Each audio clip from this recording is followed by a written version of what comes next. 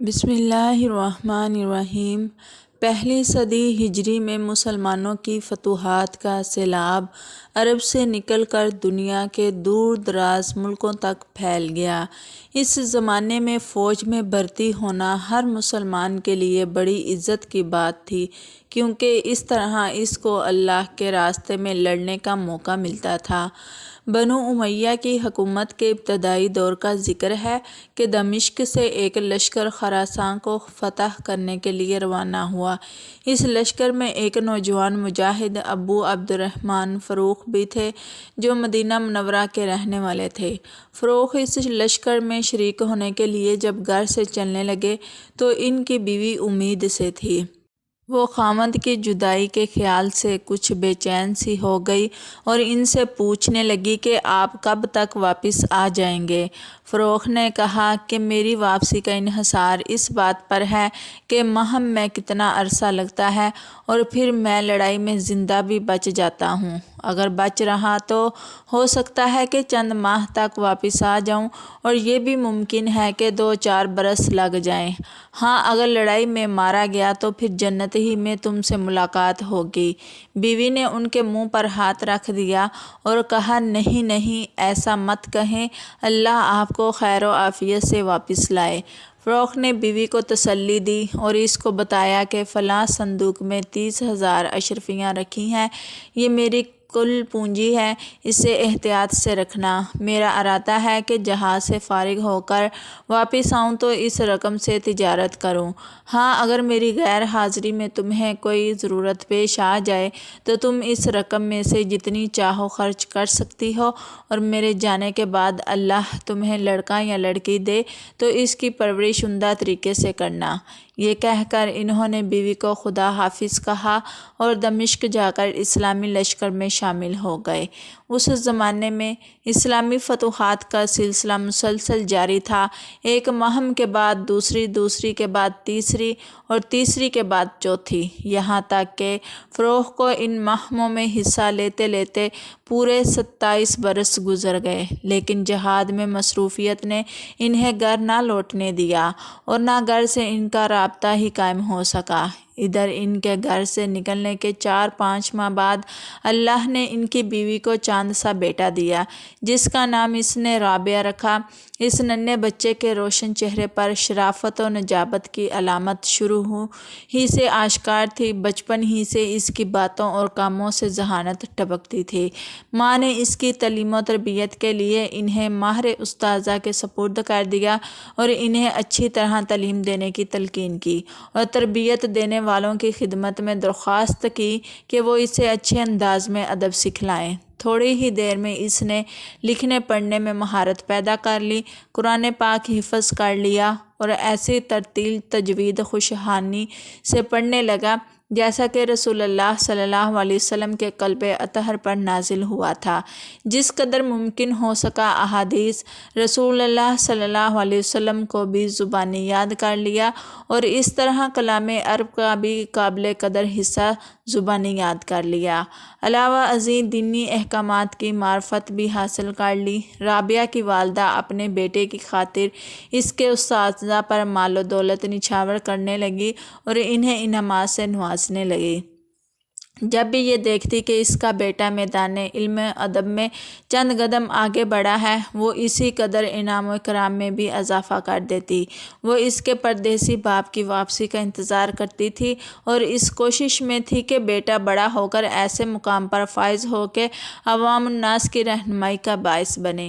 جس وقت اس کا باپ سفر سے واپس لوٹے، وہ اپنا باادب مہذب تعلیم یافتہ بیٹا دیکھ کر باغ باغ ہو جائیں، لیکن اس کے خاوند کی جدائی لمبی ہو گئی، دل کے ارماں آنسوؤں میں بہنے لگے، مختلف خیال آرائیاں ہونے لگی۔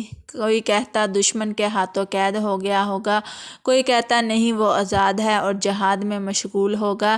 میدان جہاد سے واپس لوٹنے والے کہتے اس نے اپنی دلی تمنا کے مطابق جام شہادت نوش کر لیا ہوگا۔ رابعہ نے اس تیسری بات کو ترجیح دی، کیونکہ عرصہ دراز سے کوئی اس کی خبر نہ تھی۔ اس لمبی جدائی نے اس کے دل کو پسماردہ کر دیا۔ لیکن اس نے صبر و شکر کے ساتھ اللہ تبارک تعالیٰ سے ثواب کی نیت کر لی۔ جب رابعہ نے جوانی میں قدم رکھا، خیر خواہوں نے اس کی والدہ کو مشورہ دیا، رابعہ اب لکھ پڑھ چکا ہے، ضرورت کے مطابق اتنا ہی کافی ہے، بلکہ اپنے ہم عمروں سے کہیں آگے ہے۔ اس پر مزید وہ قرآن و حدیث کا حافظ بھی ہے۔ اگر تو اس کے لیے کوئی پیشہ منتخب کر لے تو وہ بہت جلد اس میں مہارت پیدا کر لے، پھر وہ منافع سے آپ پر اور اپنی ذات پر خرچ کرنے کے قابل ہو سکے گا۔ والدہ نے یہ تجویز سن کر کہا، میں اللہ تعالیٰ سے دعا کروں گی کہ وہ اس کے لیے ایسا کام تجویز کر دے جو اس کی دنیا اور آخرت کے لیے بہتر ہو۔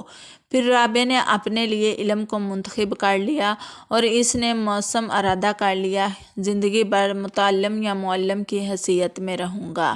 رابعہ اپنے منتخب راستے پر بغیر کسی کوتاہی اور سستی کے گامزن رہے اور ان علمی حلقوں کی طرف جن کی مسجد نبوی میں چہل پہل تھی، اس طرح لپکے جیسے کوئی پیاسا میٹھے پانی کے چشمے کی طرف لپکتا ہے، اور ان صحابہ کرام رضی اللہ تعالیٰ عنہ کا دامن پکڑ لیا جو ابھی باقید حیات تھے، اور ان میں سرفہرست خادم رسول حضرت انس بن مالک رضی اللہ تعالیٰ عنہ تھے۔ تابعین کے پہلے طبقے سے بھی علم حاصل کیا، جن میں حضرت سعید بن مسیب رحمۃ اللہ اور حضرت سلمہ بن دینار رحمۃ اللہ سرفہرست ہیں۔ میدان علم میں دن رات کی مسلسل محنت نے اسے جسمانی طور پر بہت کمزور کر دیا تھا۔ ایک ساتھی نے اسے کہا، پیارے دوست، اپنے آپ پر ذرا رحم کیجیے۔ اس نے جواب میں کہا، ہم نے اپنے مشائخ کو یہ فرماتے ہوئے سنا ہے کہ علم اس وقت تک اپنا معمولی سا حصہ بھی تمہارے سپرد نہیں کرے گا جب تک تم مکمل اپنا اس کے سپرد نہیں کر دیتے۔ تھوڑے ہی عرصے بعد اس کا نام بلند ہوا، مقدر کا ستارہ چمکا اور اس کے چاہنے والوں کی تعداد بڑھ گئی۔ شاگرد اس پر فریفتہ ہونے لگے اور قوم نے اسے اپنا سردار بنا لیا۔ دن کا کچھ حصہ اپنے گھر میں گزارتے اور باقی دن مسجد نبوی صلی اللہ علیہ وسلم کے علمی حلقوں میں گزارتا۔ اس کی زندگی کے دن اسی طرح گزر رہے تھے کہ ایک ایسا واقعہ رونما ہوا جس کا انہیں وہم و گمان ہی نہ تھا۔ موسم گرما کی چاندنی رات تھی۔ ایک جنگجو شہ سوار ہتھیاروں سے لیس 60 سال کی عمر میں مدینہ منورہ آیا، اور وہ اپنے گھوڑے پر سوار مدینہ منورہ کی گلیوں میں اپنا گھر تلاش کر رہا تھا۔ وہ یہ بھی نہیں جانتا تھا کہ اس کا گھر موجود ہے یا حوادثات زمانہ کی نظر ہو چکا ہے، کیونکہ انہیں اپنا گھر چھوڑ کر گئے تقریباً 27 سال بیت چکے تھے۔ اس کے نہاں خانہ دل میں یہ تصور بھی جاگزاں تھا کہ اس کی جوان سال بیوی پر اس عرصہ میں کیا گزری ہوگی، کن مشکلات کا اسے سامنا کرنا پڑا ہوگا، بھلا اس بچے کا کیا بنا ہوگا جو میری روانگی کے وقت پیٹ میں پل رہا تھا۔ اللہ جانے لڑکا پیدا ہوا یا لڑکی، وہ زندہ ہے یا فوت ہو چکا ہے، اگر زندہ ہے تو وہ کس حالت میں ہوگا، اور اس خطیر رقم کا کیا بنا ہوگا جو میں نے مال غنیمت سے حاصل کی تھی اور جہاد کے لیے روانہ ہوتے وقت میں نے بیوی کے سپرد کی تھی۔ مدینے کی گلیوں میں آنے جانے والوں کی چہل پہل تھی۔ لوگ ابھی نماز عشاء سے فارغ ہوئے ہی تھے، لیکن ان آنے جانے والے لوگوں میں سے کوئی بھی اسے پہچانتا نہ تھا، اور نہ ہی اسے کوئی اہمیت دیتا تھا، اور نہ ہی کوئی اس کے غبار آلود گھوڑے کی طرف غور سے دیکھتا تھا، اور نہ ہی اس کے کندھے پر لٹکنے والی تلوار کی طرف جھانکتا ہی تھا، کیونکہ اسلامی شہروں کے باشندے ان مجاہدین سے مانوس ہو چکے تھے، اور جو اللہ کی راہ میں جہاد کی غرض سے صبح و شام آتے جاتے رہتے تھے۔ لیکن مدینے کے باسیوں کی بے پرواہی دیکھ کر شہسوار کے غم و اندوہ میں اضافہ اور خیالات میں مزید وسوسے پیدا ہوئے۔ شہسوار اپنے خیالات میں ڈوبا ہوا مدینے کی گلیوں کا راستہ تلاش کرتے ہوئے چلا جا رہا تھا۔ آخرکار وہ اپنے گھر کے سامنے پہنچا۔ گھر کا دروازہ کھلا ہوا تھا۔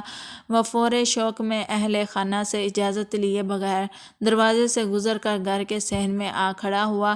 جب گھر کے مالک نے دروازے پر کسی کے قدموں کی آہٹ سنی تو بالائی منزل سے نیچے جھانکا۔ کیا دیکھتا ہے کہ چاند کی روشنی میں ایک شخص تلوار لٹکائے ہاتھ میں نیزہ تھامے گھر کے صحن میں کھڑا ہے، اور اس کی نوجوان اولاد بیوی اس اجنبی شخص کی نگاہوں سے قدرے دور کھڑی تھی۔ یہ نوجوان غصے سے اچھلا اور ننگے پاؤں یہ کہتے ہوئے تیزی سے نیچے اترا، ارے اللہ کے دشمن، تو رات کے وقت اپنے آپ کو چھپائے ہوئے میرے گھر میں داخل ہوا، معلوم ہوتا ہے تیرے ارادے غلط ہیں۔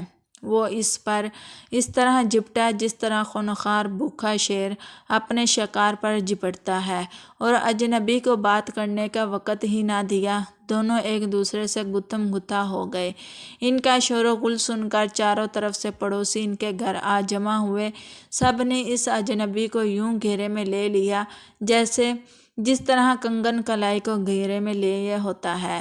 اس طرح ان تمام لوگوں نے اپنے پڑوسی کی مدد کی۔ نوجوان صاحب خانہ نے مسافر کی گردن کو مضبوطی سے اپنی گرفت میں لے رکھا تھا اور غصے سے یہ کہہ رہا تھا، اے دشمن خدا، اللہ کی قسم میں تجھے یوں ہی نہیں چھوڑوں گا بلکہ تجھے حاکم کے پاس لے جاؤں گا۔ اس شخص نے کہا، میں اللہ کا دشمن نہیں اور نہ ہی میں نے کسی گناہ کا ارتکاب کیا ہے۔ یہ میرا گھر ہے، میں اس کا مالک ہوں۔ میں نے اس کا دروازہ کھولا ہوا پایا تو اندر آ گیا۔ کیا اپنے گھر آنا جرم ہے؟ پھر حاضرین سے مخاطب ہوا اور کہا، اے قوم، میری بات سنو، یہ گھر میرا ہے، میں نے اسے خود خریدا ہے، میرا نام فروخ ہے۔ کیا تم میں کوئی ایسا شخص نہیں جو اس فروخ کو جانتا ہو، جو آج سے 27 سال پہلے جہاد کے لیے یہاں سے روانہ ہوا تھا؟ نوجوان صاحب خانہ کی والدہ سوئی ہوئی تھی، شور ہنگامہ سن کر بیدار ہوئی۔ بالا خانہ کی کھڑکی سے نیچے جھانکا تو اسے اپنا خاوند نظر آیا، جس کی جدائی نے اسے نڈال کر رکھا تھا۔ اچانک اس منظر کو دیکھ کر ایسی دہشت طاری ہوئی، دانتوں میں انگلی دبائے ٹکی لگا کر دیکھتی رہی۔ پھر بلند آواز سے کہا، لوگو، اسے چھوڑ دو، بیٹے رابعہ تم بھی اسے چھوڑ دو، یہ تیرا باپ ہے۔ لوگو، اپنے اپنے گھر واپس چلے جاؤ، اللہ تمہارا بھلا کرے۔ پھر اپنے خاوند سے مخاطب ہوئی اور کہا، اے ابو عبد الرحمن، یہ تیرا بیٹا ہے، تیرا لخت جگر ہے، تیرا نور نظر ہے۔ جب یہ سنا تو فروخ وفور مسرت سے اچھل کر بیٹے سے بغل گیر ہوا اور ہونہار بیٹا محبت سے اپنے باپ کے ہاتھوں گردن اور سر کو چومنے لگا۔ لوگ یہ منظر دیکھ کر حیران رہ گئے اور مسکراتے ہوئے اپنے گھروں کو واپس چلے گئے۔ رابعہ بلا خانے سے نیچے اتری، اپنے خاوند کو سلام کیا، جس کے متعلق اسے یہ خیال تھا کہ اب روئے زمین پر اس سے ملاقات نہ ہو سکے گی، کیونکہ جدائی کے 27 سال گزر چکے تھے اور اس لمبی جدائی میں کوئی خبر بھی تو نہ مل رہی تھی۔ فروخ اپنی بیوی کے پاس بیٹھا اور اس سے بیتے ہوئے دنوں کی روداد سننے لگا اور اپنے متعلق گھر تک خبر نہ پہنچانے کے اصلی اسباب بیان کرنے لگا، لیکن اس کی بیوی یہ سب کچھ بے خیالی میں سن رہی تھی، کیونکہ اس سے ملاقات اور باپ کے اپنے بیٹے کو باچشم خود دیکھ لینے کی خوشی میں اس خوف کی آمیزش بھی شامل ہو چکی تھی کہ کہیں مجھ سے اسی مجلس میں اس خطیر رقم 30,000 اشرفیوں کے متعلق نہ پوچھ لے جو جاتے وقت میرے سپرد کر کے گئے تھے۔ وہ خیالات کی دنیا میں اپنے دل سے کہہ رہی تھی، اگر انہوں نے اس مال کے متعلق پوچھ لیا جو میرے پاس امانت چھوڑ گئے تھے اور یہ تلقین کر کے گئے تھے کہ میں اسے اچھے انداز میں خرچ کروں، اگر میں نے انہیں یہ بتا دیا کہ اس میں سے کچھ باقی نہیں بچا تو پتہ نہیں کیا رد عمل ہوگا۔ اگر میں انہیں یہ بتا دوں کہ میں نے تمام مال اس کے بیٹے کی تعلیم و تربیت پر خرچ کر دیا ہے تو کیا یہ سن کر انہیں خوشی ہوگی یا تعجب؟ کیا میرا یہ جواب ان کے لیے کافی ہوگا؟ کہیں یہ غصے میں نہ آ جائیں، کہیں یہ دوبارہ جدائی کا صدمہ برداشت کرنے کے لیے مجھے اکیلا چھوڑ کر سفر پر روانہ نہ ہو جائیں؟ کیا وہ اس بات کو بھی سچ مان لیں گے کہ یہ اس کا لخت جگر بادی سے بھی زیادہ سخی ہے، اس کے ہاتھ میں درہم و دینار میں سے کچھ باقی نہیں رہتا؟ مدینے کا بچہ بچہ جانتا ہے کہ اس نے دائرہ اسلام میں نئے داخل ہونے والے پر بے دریغ خرچ کیا۔ رابعہ اپنے ان خیالات میں مستغرق تھی۔ خاوند نے اس کی طرف دیکھا اور کہا، رابع کیا سوچ رہی ہو؟ کن خیالات میں گم ہو؟ کون سی بپاتا آ پڑی ہے؟ یہ دیکھو میں 4000 اشرفیاں اور لایا ہوں، تم بھی وہ اشرفیاں لاؤ جو جاتے وقت میں تمہارے سپرد کر گیا تھا، تاکہ اس مال سے ہم باغ اور زمین خرید لیں اور زندگی بھر اس کی آمدن سے آسودگی حاصل کریں۔ وہ یہ سن کر خاموش رہی اور اسے کچھ جواب نہ دیا۔ فروخت نے بیوی سے دوبارہ کہا، یہ مال کہاں ہے تاکہ اسے ایک ساتھ ملا دوں؟ بیوی نے کہا، میں نے اسے وہاں رکھا ہے جہاں اس کا رکھنا مناسب تھا، انشاءاللہ چند دن کے بعد آپ اس کے ثمرات دیکھ لیں گے۔ پھر صبح کی اذان نے ان کا سلسلہ کلام منقطع کر دیا۔ فروخت وضو کرنے کے لیے اٹھا، پھر جلدی سے دروازے کی طرف گیا، آواز دی، رابع کہاں ہے؟ اسے بتایا گیا وہ تہجد کی اذان ہوتے ہی مسجد چلا گیا تھا۔ اہل خانہ نے کہا، ہمارا خیال ہے کہ اب آپ کو جماعت نہیں ملے گی۔ فروخت مسجد پہنچا، دیکھا کہ امام صاحب ابھی تھوڑی دیر پہلے نماز پڑھا کر فارغ ہوئے ہیں۔ انہوں نے فرض نماز ادا کی، پھر روضہ رسول اللہ صلی اللہ علیہ وسلم پر گئے، صلاۃ و سلام پڑھا، پھر ریاضۃ الجنہ کی طرف مڑے۔ دل میں وہاں نماز ادا کرنے کا شوق تھا۔ اس کے معطر اور نورانی ماحول میں دل لگا کر نفلی نماز ادا کی اور گڑ گڑا کر دعائیں مانگی۔ جب مسجد سے جانے کا ارادہ کیا تو دیکھا کہ اس کے صحن میں ایک ایسی علمی محفل جمی ہوئی ہے جو مثالی نوعیت کی تھی اور اس سے پہلے اس قسم کی مجلس کہیں نہیں دیکھی تھی۔ لوگ شیخ مجلس کے گرد حلقہ بنا کر بیٹھے ہوئے تھے۔ رش اتنا تھا کہ تل دھرنے کی جگہ بھی باقی نہ رہی تھی۔ اس نے اہل مجلس پر ایک طائرانہ نگاہ دوڑائی، دیکھا کہ اس عمر میں بڑی عمر والے سروں پر پگڑیاں باندھے باادب انداز میں بیٹھے ہیں، اور ان میں ایسے لوگ بھی ہیں جو بظاہر بڑے معزز دکھائی دیتے ہیں۔ بہت سے سجیلے نوجوان قلم ہاتھ میں لیے دوزانوں بیٹھے شیخ کی ہر بات کو کاغذ پر اس طرح قلم بند کر رہے ہیں جیسے کسی تاج پر قیمتی موتی چنے جاتے ہیں۔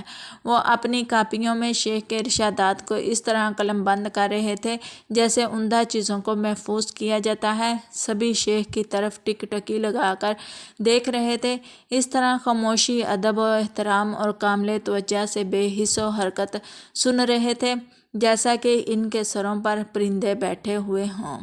حاضرین، میں بات کو دور تک پہنچانے کے لیے شیخ کے بیان کا ایک ایک جملہ بآواز بلند دہرا رہا تھا تاکہ دور بیٹھے ہوئے احباب تک ان کی ہر بات آسانی سے پہنچ جائے اور اہل مجلس میں سے کوئی بھی کسی جملے سے محروم نہ رہے۔ فروخت کے دل میں شیخ مجلس کے دیدار کا شوق پیدا ہوا، لیکن زیادہ فاصلہ ہونے کی وجہ سے چہرہ صاف دکھائی نہ دے رہا تھا۔ شیخ کی خوش بیانی، علمی رفعت، حیرت انگیز قوت حافظہ اور لوگوں کی بے پناہ محبت سے اس کے سامنے عاجز انکساری نے اس کے دل پر گویا جادو کر رکھا تھا۔ تھوڑی دیر بعد شیخ نے مجلس برخاستہ کر دی اور اٹھ کھڑے ہوئے۔ حاضرین مجلس دیوانہ وار اس کی طرف لپکے، ان کے پاس لوگوں کی بہت بھیڑ ہو گئی۔ محبت بھرے انداز میں انہیں اپنے گھیرے میں لے لیا اور انہیں الوداع کرنے مسجد نبوی کے باہر تک ان کے پیچھے گئے۔ اس موقع پر فروخت نے اپنے پاس بیٹھے ہوئے ایک شخص سے پوچھا، خدارا مجھے یہ تو بتا دیں کہ یہ بلند پایا شیخ کون ہے؟ اس شخص نے تعجب سے کہا، کیا آپ مدینہ منورہ میں نہیں رہتے؟ فروخت نے کہا، کیوں نہیں، میں مدینہ کا باسی ہوں۔ اس شخص نے کہا، مدینے میں ایسا کون ہے جو اس شیخ کو نہیں جانتا؟ فروخت نے کہا، اگر میں اسے نہیں جانتا تو مجھے معذور سمجھے، کیونکہ میں 27 سال قبل جہاد کے لیے مدینہ سے چلا گیا تھا، کل ہی واپس لوٹا ہوں۔ اس شخص نے کہا، چلو کوئی بات نہیں، آئیے میرے پاس بیٹھیے، میں آپ کو اس شیخ کے متعلق بتاتا ہوں جس شیخ کا بیان آپ نے مجلس میں سنا ہے۔ یہ تابعین کے سردار، امت سلمہ کے بہت بڑے عالم اور نو عمری کے باوجود مدینے کے محدث، فقیہ اور امام ہیں۔ یہ سن کر فروخت نے کہا، ماشاءاللہ۔